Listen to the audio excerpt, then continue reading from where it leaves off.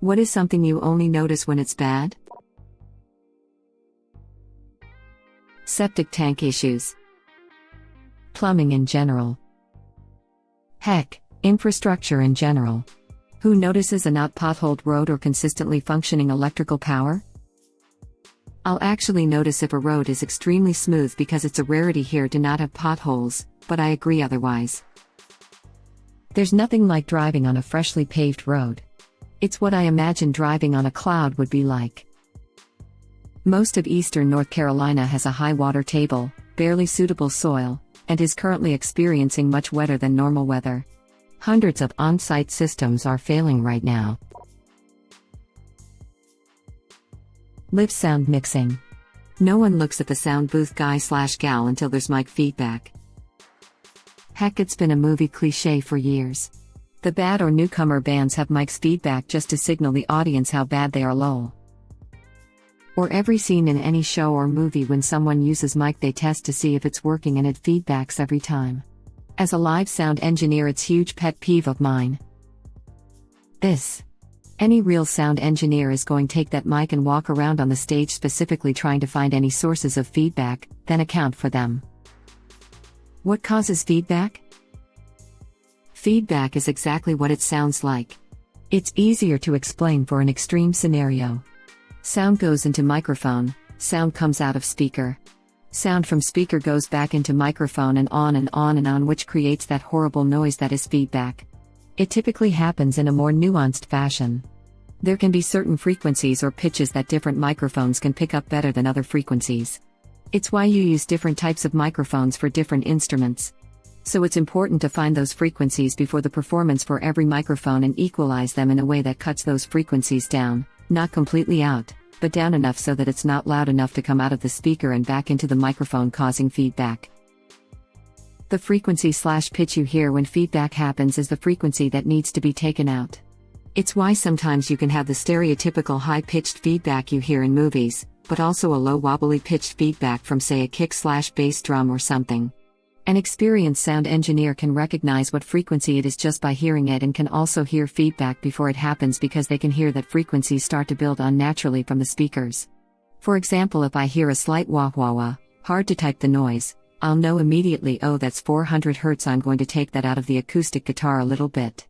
It's what makes the trope that every mic in a movie or show feeds back initially so aggravating. Even a crafty sound engineer wouldn't let that happen. Thanks for the explanation. I found it interesting. I think he will appreciate your positive feedback. Funnily enough, with a properly set up stage and monitoring system, feedback is barely ever the band's fault. Except if they're singing so quietly that the gain on the mic has to be very high. The movie feedback thing where just handling the mic induces feedback grinds my gears to a halt though. Related, I would add technical elements from any type of live performance, lighting, set movement, etc. No one notices the spotlight until it misses its mark. The dust that collects on the floor trim in the house. I know it's bad when I see the huge dust bunnies in the hallways next to the trim. Just live in candlelight. If you can't see it, it doesn't exist. For real. 2 of the 4 bulbs in my bathroom had been burned out for a little while, and I didn't know what wattage they were and stupidly got 75-watt bulbs. I had to take 2 of them out because, 150 combined watts is more than enough. The amount of cat hair and dirt I hadn't noticed before in the corners and on the baseboards. I always know when it's time to change the batteries in my makeup mirror because I'll think, I didn't have to pluck as many mustache and beard hairs as I thought I was going to, maybe they're finally going away. I just shave mine. It's too tender for me to pluck them, and the stray hairs on my chin, neck and face gets rid of the insane amount of peach fuzz off my face too. A lot of people say shaving is a myth for women, that they will grow breads. I've been shaving and it has yet to happen. She might have always had it worse than I do, but I've seen my Mills 5 o'clock shadow and don't want to end up looking the same. City government. Yep. I live somewhere with awful city government. Edit, changed we to I to ease confusion. You're going to have to narrow that down greatly. We live in a society. Back in 2000 my city amalgamated with a close by bigger city. Before the amalgamation we had all the latest stuff like snow plows, all our roads were in great shape, we had a bunch of community events that focused on our smaller community which has a lot of farming and outdoorsy stuff. After the amalgamation all our new stuff went to the big city and we were given all their older equipment. Slowly all the community events were phased out, eventually things like flower pots by intersections were removed. We no longer have a community Christmas tree/lighted park as the park was sold off. Our community lost its community spirit. I hate this, wish I had enough money to start my own town in the middle of nowhere with all these things and have it a 100% work from home city/make it a town paradise with all taxes going into just making it a better place instead of 60% of the budget going to the police force so they can play army guy with all that military gear they have. Eagleton? It's basically the Pawnee, Eagleton merger if Jam was in charge instead of Leslie, smiley face. Yup. I was going to say leadership or government. When things are going well people tend to not say wow, the state of things are great. You're back. I sometimes catch myself thinking about not feeling any pain in my back, and try my hardest to truly appreciate the fact that it doesn't hurt and I can function like a normal human on this day. In November 2017, I was rear-ended by a guy doing 70 while I was stopped. Broke 9 ribs, my shoulder blade, and my sacrum. I have low back pain every damn day. Those days when I get the ice/heat/pain med mixed just right and I get a reprieve are magical. How are the DRS about giving you pain meds? It's effing rough out there for pain patients. My boyfriend broke his back in multiple places in a car accident and they still refuse to give him any sort of painkillers. Ridiculous. It's so sad. Buttholes think they're doing you some big favor but really it's just creating hate and mistrust. And all because they used to give them out like Skittles and got a bunch of people addicted to pain meds. But sure, let's lurch wildly in the opposite direction and refuse to give anyone pain relief or anything now. That sure does sound like a solution. You're right, it's absolutely effing dumb. I'm a healthcare administrator and you hit on something I wish a lot more people understood/knew. Joint Commission, accrediting body for hospitals, used to include pain level on patient surveys to determine a hospital's ranking on quality of care, as in you'd get dinged on your ranking if your patients experienced any pain. And your ranking is what CMS used to determine your rate of reimbursement for Medicare patients. Around the same time, effing OxyContin was approved for coverage under Medicare and the entire, and obviously completely fabricated, argument behind approving the medication was that it had low risk of addiction/abuse potential. So you've got the government saying if your patients experience any effing pain at all, then we're going to pay you less and subsequently be like, by the way, here's a super strong narcotic that's got almost no potential for abuse. Fast forward 25 years, boom, opioid crisis. And so who pays for these mistakes? Oh, you know. The patients and the hospitals. Now they want us to limit prescribing painkillers, and doctors are so worried about getting their patients hooked that they only prescribe it if they've tried a bunch of other approaches to managing the patient's pain. Meanwhile, most of the people that put us in this situation just walked away from it. Absolutely infuriating. What was infuriating was watching OxyContin scripts drop by 90%, immediately after they switched to the abuse deterrent tablets. Close to 90% of OxyContin scripts were for abuse/addiction. This went to Opana until they quickly switched to abuse deterrent tabs as well. Now it's the Oxy 30 mg immediate release tabs. What was infuriating was watching OxyContin scripts drop by 90%, immediately after they switched to the abuse deterrent tablets. Close to 90% of OxyContin scripts were for abuse/addiction. That's not actually the case. A big reason why the percent of OxyContin scripts dropped so fast once they approved Xtampza and similar abuse deterrent versions isn't because most patients were abusing it. It was because as soon as abuse deterrent formulations went on the market, most major insurance companies took generic and brand OxyContin off their drug formulary. So a prescription for OxyContin that a patient had been taking for intractable cancer pain for months would suddenly cost $900 a month, while Xtampza, with the same active medication and dose, just a different mechanism of action, might only cost $50 a month if you are lucky. However, if you don't have a really good insurance plan, the abuse deterrent version might only be covered at a rate of 40 to 60%. Since it's a new med with no generic available, which would mean a $200 to $300 monthly cost.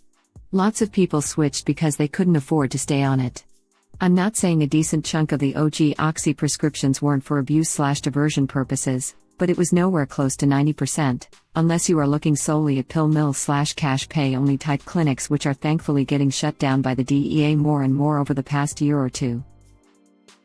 Xtampza is interesting though because it's a capsule that can be either swallowed whole or sprinkled over food without defeating the time release mechanism. Basically, each little granule inside of the capsule is time released, which theoretically makes it much harder to get high off of it, as it is a slow, steady dose of pain management and not an all-at-once rush/euphoria. Given how new it is, it'll be interesting to see if the long-term data on its use actually does significantly reduce addiction and abuse potential, or if determined addicts will find another way to defeat it. I certainly hope it will improve the opioid epidemic. As someone who just recently hurt their back, I can relate. I'm scared to think that I may have to deal with some pain forever now. Edit, my first ever award. Thank you, kind stranger. Chronic sufferer of back pain since 2014 here. You'd be amazed what you can get used to. You'll have good days, utilize and enjoy them. Take the bad ones as they come. Best of luck to you. I herniated a disc at 20. My back has never been the same, but there are days where it doesn't bother me a decade on. I'm sure that will change as I get older though. Or shoulder/neck region.